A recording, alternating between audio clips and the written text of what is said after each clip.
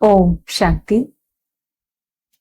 संगम युग पर बाबा ने हमें बहुत खजाने दिए और इन्हीं खजानों की कड़ी को आगे बढ़ाते हुए आज हम बात करेंगे गुणों के खजाने की। संगम युग पर बाबा ने हमें अनेक गुणों से भरपूर किया है। जैसे जैसे हमारे जीवन में ज्ञान की धारणा बढ़ती जाती है, ज्ञान समाहित होता जाता है, वैसे वैसे ही सर्व गुणों का खजाना हमें मिलता जाता है। जो गुणवान व्यक्ति होते हैं सबको कितने प्यारे लगते हैं। हमारे घर में समझो कोई बहुत सुंदर व्यक्ति, वो गुणवान नहीं है, बहुत लड़ाकू है, चेहरा तो बहुत सुंदर है लेकिन बोल अच्छे नहीं हैं, कड़वे बोल हैं, उनमें बहुत क्रोध है, बहुत घमंड है। ऐसा व्यक्ति कितना भी सुंदर हो वो तो किसी को प्रिय नहीं लगेगा। लेकिन कोई गुणवान व्यक्ति है, भले ही वो फिजिकल बहुत सुंदर नहीं है, अट्रैक्टिव नहीं है, लेकिन गुणवान बहुत है, हर समय मुस्कुराता रहता है, बातों में रॉयल्टी नजर आती है, किसी पे कोई मुसीबत आ जाए तुरंत मदद करने पहुंचते हैं, सबको सुख देने की भावना रखते हैं, उनके मुख से सदैव रत्न निकलते हैं, सुखदायी बोल निकलते हैं, तो ऐसे व्यक्ति सबको प्रिय लगते हैं। और ऐसा ही व्यक्ति वास्तव में खूबसूरत है। हम सभी सद्गुणों से स्वयं को भरपूर करते चले।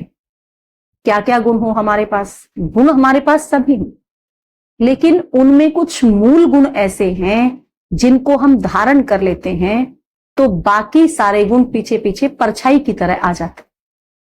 जैसे एक गुण है निरअहंकारिता।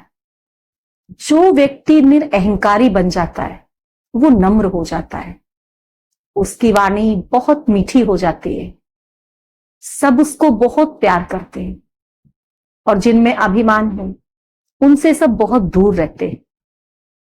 उनको कोई कुछ सिखा भी नहीं सकता, वो गलती भी करते हैं तो कोई उनको करेक्शन नहीं दे सकता, क्योंकि उनमें अभिमान ही इतना होता है। तो उनके स्तर में गिरावट आती जाएगी, क्या होगा? लोग उनसे दूर होते जाएंगे। कभी उन्हें किसी सहयोग की भी आवश्यकता है तो वो हमेशा अपने को अकेला पाएंगे। तो एक निरअहंकारिता का गुण धारण करने से अनेक गुण उसके पीछे आते जाते हैं। तो हम अपना एक लक्ष्य बना लें कि हम कितने भी बड़े बन जाएं, कितने भी महान बन जाएं, हमारा पद कितना भी ऊंचा हो जाए, हम बहुत धनवान हो जाएं, परिवार बहुत अच्छा योग्य हो जाए, हमारा नाम समाज में देश में बहुत हो जाए, लेकिन हम कभी भी अभिमान अपने अंदर नहीं आने देंगे। यही सच्ची मानवता है। हम हमेशा याद रखें कि जो कुछ हमें मिला है वो ईश्वरीय देन है। भले ही हमने मेहनत से पाया है, बिना मेहनत के तो कुछ नहीं मिलेगा, लेकिन मेहनत के साथ यदि ईश्वरीय ब्लेसिंग भी तो जल्दी ही सब कुछ प्राप्त हो जाता है। तो जो कुछ हमारे पास है वो ईश्वरीय देन है। ये संकल्प करते हुए हम अपने को नम्र चित्त बनाए रखें। हमारे बोल में, हमारे व्यवहार में कहीं भी अभिमान की झलक ना दिखाई दे। दूसरा बहुत सुंदर गुण है सरलता, इजी नेचर। हम बहुत इजी रहें, हल्के रहें।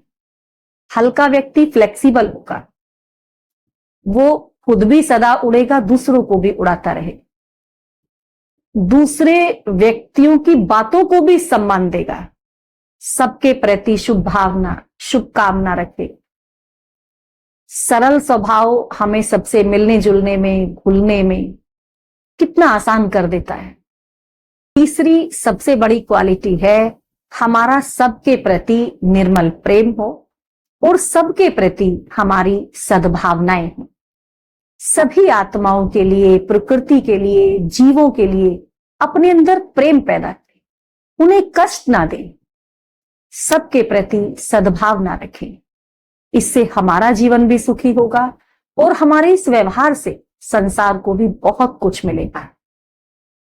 एक एक सद्गुण आने से उसके पीछे और भी सारे गुण आपे ही आते जाएंगे। हम किसी को प्रेम करेंगे तो वो भी हमें प्रेम करेंगे। वो हमारे सहयोगी बने, जिनके प्रति हमारे मन में सद्भावनाएं हैं, तो उनकी सद्भावनाओं को भी हम जागृत करें, उनकी दुर्भावनाएं भी हमारे प्रति समाप्त हो जाएंगी और हमारे इस व्यवहार को देखते हुए दूसरे लोग भी हमसे सीखेंगे। अगला गुण है संतुष्टता। हमको संतुष्ट आत्मा बनना है। संतुष्टता हमारा बहुत बड़ा खजाना, हमें सदा संतुष्ट रहना है। भगवान कहते बच्चे संतुष्टता तुम्हारी बहुत बड़ी प्रॉपर्टी है। वैसे भी कहते हैं ना, जो सदा संतुष्ट रहते हैं वो सदा ही खुश रहते हैं। आज चारों तरफ हम देख रहे हैं, कोई कितना भी धनवान है, बहुत सारे वस्त्र है उसके पास, वो संतुष्ट नहीं है। बहुत अच्छा भोजन मिल रहा है फिर भी संतुष्ट नहीं है, उसमें कमी निकालेंगे, नमक कम है, ये चीज अच्छी नहीं बनी, ये अच्छी नहीं बनी। अच्छा भोजन खा के भी शिकायतें हैं, संतुष्टता नहीं है।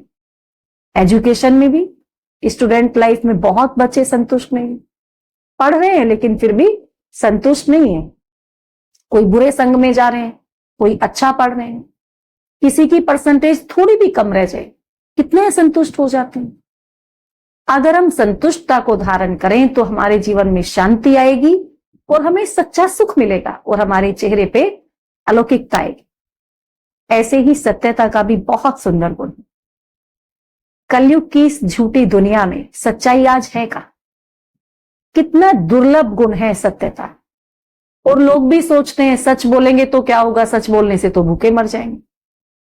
लेकिन समय के क्रिएटर तो हम हैं, हमें समय को बदलना है।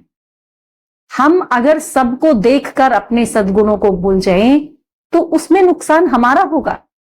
संसार भले ही कैसा हो, हमें अपने कुछ सिद्धांतों को साथ लेकर चलना, उनसे समझौता नहीं करना।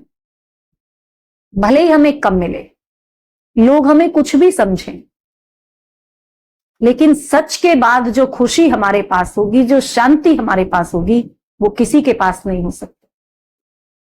गलत तरीके से कमाए गए धन का नतीजा भी गलत ही होता है। इसलिए हमें अपनी सत्यता को नहीं छोड़ना है, सत्यता को अपनी नेचर बना लेना। गंभीरता का गुण, दूसरों को सुख देने का गुण, सबको खुश करने का गुण, सबको अच्छा समझने का गुण, मीठा बोलने का गुण, सबके साथ मिलजुल कर रहने का गुण, ये सब बहुत अच्छे गुण। कई लोग बातों बातों में टकराव करते रहते हैं, छोटी छोटी बातों में टकराते रहते हैं। कई लोग बातों को खत्म करके मिलते जुलते रहते हैं।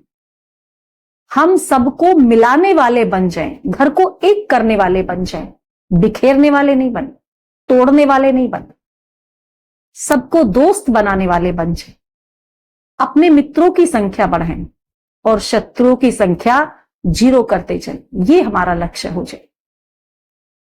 जितने मित्र हमारे पास होंगे उतना ही समय आने पर हम सहज ही विघ्नों को पार कर लें। कितनी भी कठिन परिस्थिति हो, हम सफलता के अधिकारी बन जाएंगे। तो हम सभी गुणों को अपना श्रृंगार बना लें। ये हमारा बहुत बड़ा श्रृंगार है, सद्गुणों का श्रृंगार। ये सारे गुण ही वास्तव में हमारी सच्ची प्रॉपर्टी है, हमारा असली खजाना है। जो सद्गुणी व्यक्ति है उसकी महिमा होती है, जीते जी भी होती है और मरने के बाद भी होती है, और वही सबके आदर्श भी बनते हैं। तो आइए हम सब गुणों के खजाने से स्वयं को संपन्न करें, भरपूर करें। कल एक दूसरे खजाने के साथ आपके साथ फिर से मुलाकात होगी। ओम शांति।